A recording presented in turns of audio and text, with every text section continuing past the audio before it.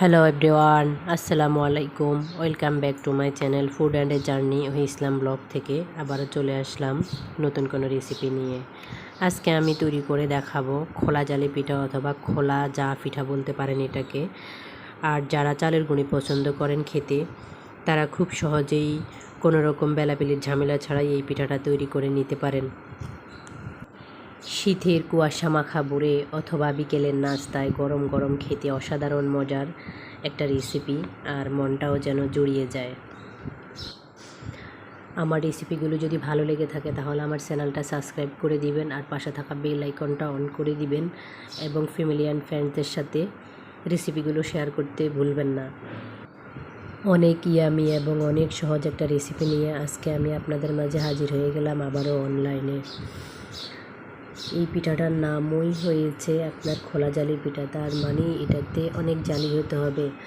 আমাদের নোয়াখালীর ঐতিহ্যবাহী একটা পিঠা এটা আমার আম্মুরা দাদিরা যখন বানাতো তখন এটা মাটির পাতিলে করে তৈরি করতো, বা ঢাকার সিটিতে এটা মাটির পাতিল পাওয়া যায় না, তো আমরা ননস্টিক পাতিলে তৈরি করি। তারপরেও মাশাআল্লাহ অনেক রকমের জালি হয়ে উঠেছে এটাতে, আর পিঠাটা খেতেও অসাধারণ মজার।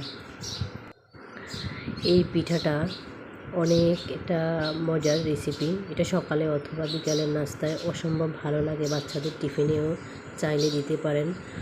আর এই পিঠাটা আমাদের ঐতিহ্যবাহী নোয়াখালীর একটা পিঠা, আমরা এটা মাঝে মাঝে বাসায় তৈরি করে থাকি। তো আজকে আমি বাসায় তৈরি করছি, সেই জন্য ফ্যামিলি অ্যান্ড ফ্রেন্ডসদের সাথে শেয়ার করে দিলাম, সবাই দেখার জন্য সুযোগ করে দিয়েছি। পাশে আমি একটা ফ্যান বসিয়ে নিয়েছি। এখানে আমি আগে থেকে করে রেখেছি চালের গুঁড়ি। 3 কাপ চালের গুঁড়ি মেজারমেন্ট কাপের আমি অ্যাড করে নেব। যে পরিমাণ আপনি বেটার তৈরি করবেন সেই পরিমাণ আপনি অ্যাড করে নেবেন। আমি কুসুম গরম পানি করে নিয়েছি 250 গ্রাম। তো ওই আঙ্গুলে সহ্য করার মতো ওই পানিটা এখন আমি এখানে অল্প অল্প পরিমাণে অ্যাড করে দিব, যতটুকু আমার লাগে। সাথে আমি কিছু কর্নফ্লাওয়ার অ্যাড করে নিয়েছি 1/3 কাপ চামচ। স্বাদ মতো লবণ দিয়ে নিয়েছি। এখন চামচের সাহায্যে বেটারটা ভালো করে মিক্স করে নেব, যাতে কোথাও জমাট বেঁধে না থাকে। আর সাথে আমি অ্যাড করে দিব এখানে 2টা ডিম। ডিমটা অ্যাড করে দিলে বেটারটা খুবই সফট হবে, পিঠাগুলা নরম স্মুথ হবে, এতে করে মজা হবে। আবার না চাইলে কেউ স্কিপ করতে পারেন। আর তেল দেওয়ার মানে হয়েছে পিঠাটা যখন আমি 2 চামচ তেল কুকিং অয়েল অ্যাড করে দিয়েছি। এটা যখন আমি ফ্রাই প্যানে দিব তখন লেগে যাবে না, সুন্দরভাবে পিঠাটা উঠে চলে আসবে। তার জন্য আমি কুকিং অয়েলটা এখানে অ্যাড করে দিয়েছি 2 চামচ পরিমাণ। আর ডিমটা আপনারা না চাইলে হয়তো হাতের কাছে না থাকলে স্কিপ করে নিতে পারেন, তাও পিঠাটা খুবই সুন্দর হবে। বেটারটার কনসিস্টেন্সিটা যদি ভালো হয় তারপরে পিঠাটা খুবই সুন্দর হবে।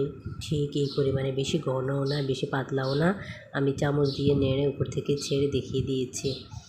এবার চুলায় আমি প্যান বসিয়ে দিলাম। প্যানটা গরম হওয়ার জন্য এটা আমি অপেক্ষা করলাম।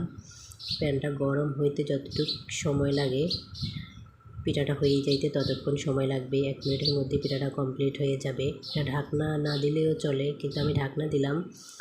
তারপরেও এটা খুব সুন্দরভাবে হয়ে গেছে। কতটা জালি হয়েছে দেখতেই পারতেছেন। এই পিঠার নামই হয়েছে জালি পিঠা। এটা জালি হলেই পিঠাটা ভালো হয়। আর অসম্ভব মজার একটা রেসিপি, ঝটপট অল্প সময়ে বাসায় তৈরি করে ফেলা যায়। আপনার মর্নিংয়ে, দুপুরে বা বিকেলে যে কোনো সময় এনি টাইম এটা খাওয়া যায়। আর তাওয়ার মধ্যে যখনই আমরা পিঠাটা হয়ে যাবে তখনই 1 সেকেন্ডের মতো এটা তুলে আবার রেখে দিব, তখনই দেখতে পারবেন খুব সুন্দরভাবে হয়ে যাবে। এটা আমি উঠিয়ে দেখিয়ে দিলাম যে কতটা সুন্দরভাবে এটা উঠে সার্ভিং ডিশে ট্রান্সফার হয়ে চলে এসেছে। নিচটাও কতটা সুন্দর হয়েছে। নেক্সট আমি আরেকটা পিঠা বানিয়ে দিলাম, দেখিয়ে দিব। 2 চামচ বেটার দিয়ে দিয়েছি। পাইপ্যানের হাতলটা ধরে এইভাবে ঘুরিয়ে আমি রুটির মতো করে পুরোটা পাইপ্যান জুড়ে পিঠাটা করে নিয়েছি। এখন দেখতেই পারতেছেন পিঠাটা 1 সেকেন্ডের মধ্যে এটা হয়ে যাবে। আমি জাস্ট ঢাকনা দিয়েছি আর উঠিয়েছি। এটা ঢাকনা না দিলেও চলে, এরই মাঝে পিঠাটা তৈরি হয়ে গেছে। তো এভাবে করে করে সবগুলা পিঠা এক এক করে তৈরি করে ফেলবেন। আমার তৈরি করা হয়ে গেছে। নিচটা আমি দেখিয়ে দেব কতটা ক্রিসপিনেস আর কতটা মুসমুসে হয়েছে। এই পিঠাটা জালিতেই দেখা যাইতেছে পিঠাটা কতটা ইয়ামি হয়েছে। তারপরে উল্টিয়ে আমি একবার নিচের পাটটা দেখিয়ে দিলাম যে কতটা সুন্দর হয়েছে, সেটা আমি একটা পিঠা উঠিয়ে নিচের পাশও দেখিয়ে দিয়েছি। আর আমি আরও একটা পিঠা দিয়ে দেখিয়ে দিব যে আসলে পিঠাগুলি কতটা সুন্দরভাবে হয়ে সার্ভিং ডিশে চলে আসতেছে।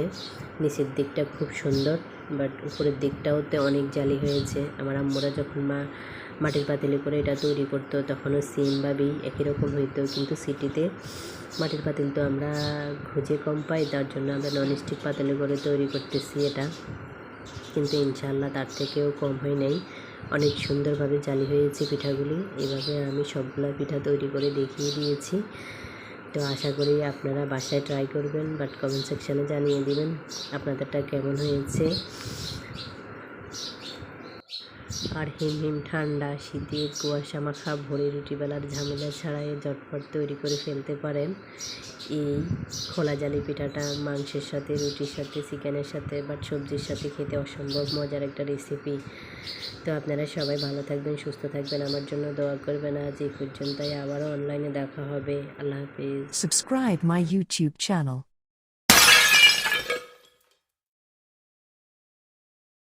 Subscribe my YouTube channel.